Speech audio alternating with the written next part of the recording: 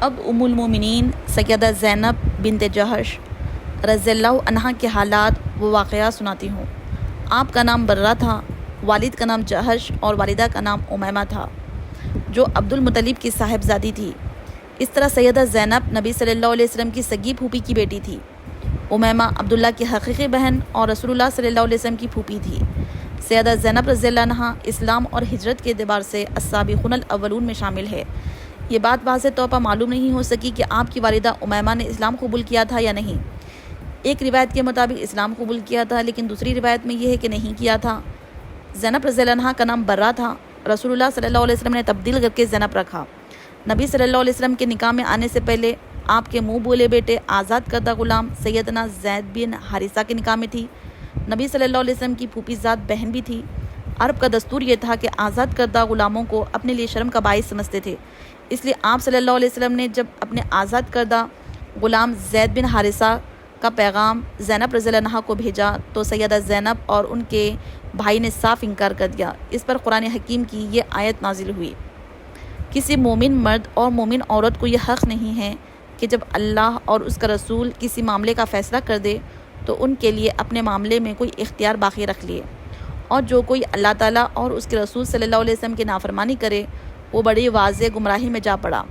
اس آیت کے بعد یہ دونوں راضی ہو گئے۔ اللہ کے حکم کے مطابق زینب کا نکاح زید سے ہو گیا، لیکن زینب رضی اللہ عنہا کے دل میں وہ اتر نہ سکے، اس لیے اکثر گھر میں لڑائی رہتی تھی، آپس میں نہ بنتی تھی۔ زید ہمیشہ نبی صلی اللہ علیہ وسلم سے زینب کی بے رخی کا گلہ کرتے تھے، عرض کرتے میں زینب کو طلاق دینا چاہتا ہوں، لیکن آپ صلی اللہ علیہ وسلم منع فرما دیتے تھے، فرماتے تھے کہ اس نے تمہیں میرے خاطر قبول کیا ہے، اس لیے اب چھوڑنا اچھی بات نہیں ہوگی، مجھے اپنے خاندان میں ندامت اور شرمندگی ہوگی۔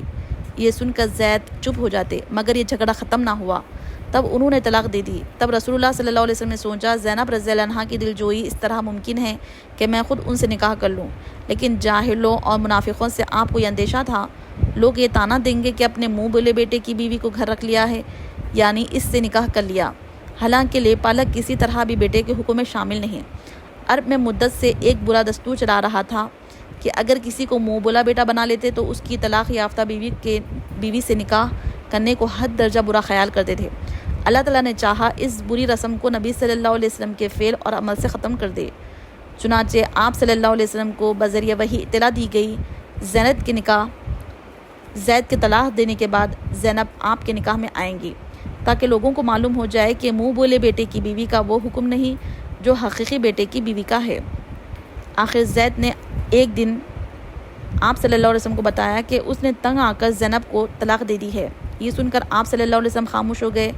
جب سیدہ زینب رضی اللہ عنہا کی عدت پوری ہو گئی تو آپ صلی اللہ علیہ وسلم نے زید ہی کو حکم دیا کہ وہ جائیں اور زینب کو آپ کے لیے نکاح کا پیغام دے۔ اس سے آپ کا منشا یہ تھا یہ بات اچھی طرح واضح ہو جائے کہ جو کچھ ہوا ہے وہ زید کی رضامندی سے ہوا ہے۔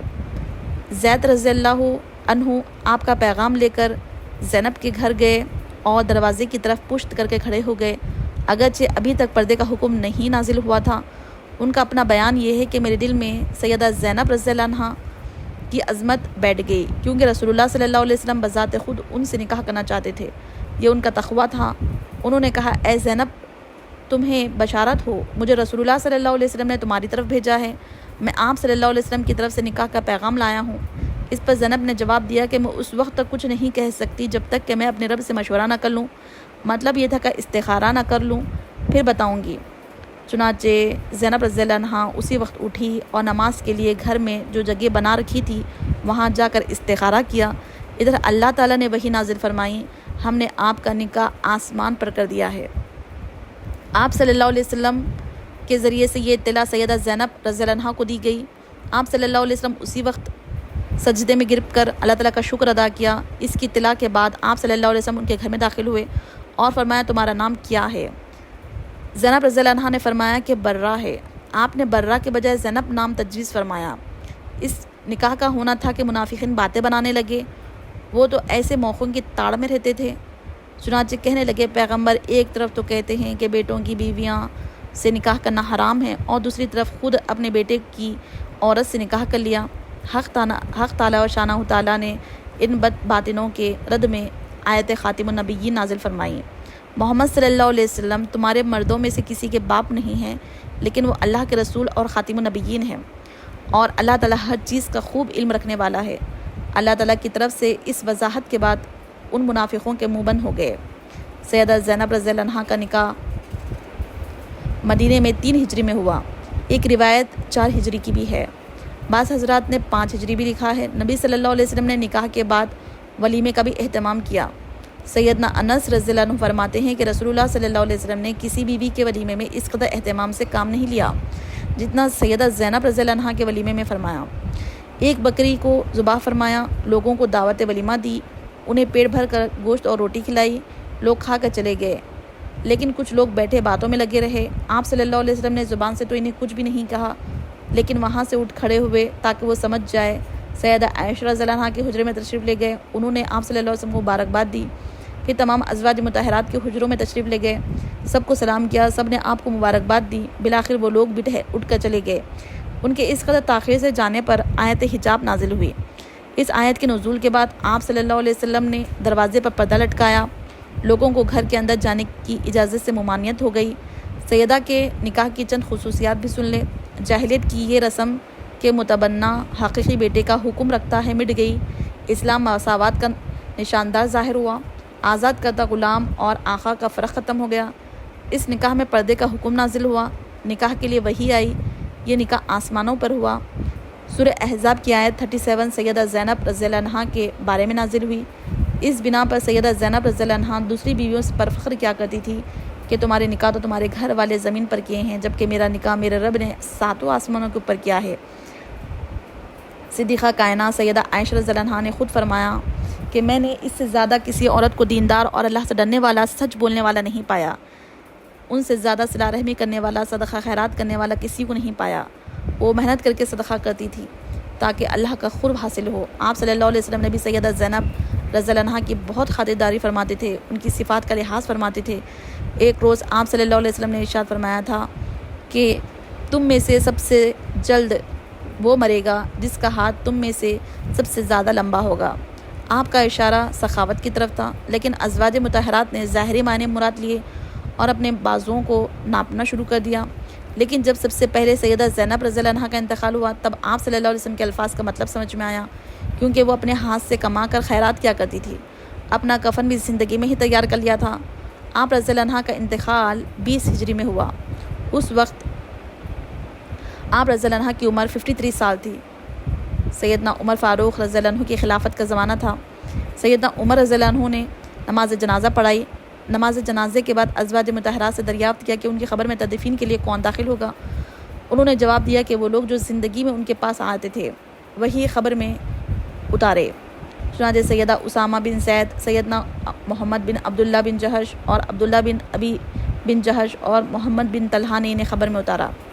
آپ رضی اللہ عنہ کو جنت البقیع میں دفن کیا گیا۔ نبی صلی اللہ علیہ وسلم کے ساتھ نکاح کے وقت ان کی عمر 35 سال تھی۔ 37 سال کی روایت بھی ملتی ہے۔ آپ کے انتقال پر سیدہ عائشہ نے فرمایا، افسوس، آج ایسی عورت گزر گئی جو پسندیدہ اوصاف والی، عبادت گزار، یتیموں بیواؤں کا سہارا تھی۔ انتقال کے بعد آپ نے ایک مکان یادگار چھوڑا۔ آپ کے اس مکان کو خلیفہ ولید بن عبد الملک نے اپنے زمانے حکومت میں 50,000 درہم میں خرید کر مسجد نبوی میں داخل کیا۔ آپ رضی اللہ عنہ نے بہت کم احادیث روایت کی، صرف 11 احادیث کتب میں ملتی ہے۔ آپ میں تقویٰ غضب کا تھا، عبادت کا خاص شوق تھا، عبادت نہایت خشوع و خضوع سے کرتی تھی، کثرت سے روزے رکھتی تھی، اپنے ہاتھ سے کماتی تھی اور جو کماتی تھی سب مساکین پر صدقہ کر دیتی تھی۔ عمر فاروق رضی اللہ عنہ نے جب پہلی مرتبہ سیدہ زینب رضی اللہ عنہ کو وظیفہ بھیجا، انہوں نے خیال کیا کہ یہ سب ازواج مطہرات کے لیے ہے اور فرمایا کہ اللہ عمر کی مغفرت فرمائے۔ وہ خود ہی تمام امہات المومنین میں تقسیم کر دیتی تھی۔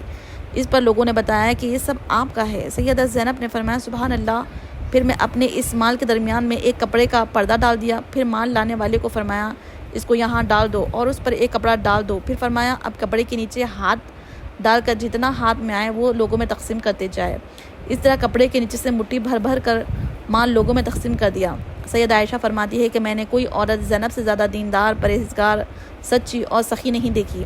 اللہ کی رضا حاصل کرنے کے لیے ہر درم سرگم رہتی تھی، البتہ مزاج میں ذرا تیزی تھی جس کی بنا پر انہیں جلد ندامت بھی ہوتی تھی۔ سیدہ عائشہ فرماتی ہے کہ جب سیدہ زینب کا انتقال ہوا تو مدینہ کے فقراء، مساکین میں ہلچل مچ گئی، کیونکہ ان کی ہمدرد، غمگزار اور ان کے لیے دونوں ہاتھوں سے بے دریغ مال لٹانے والی جو چل بسی، اللہ تعالیٰ کی ان پر ہزار ہاں رحمتیں ہوں، آمین۔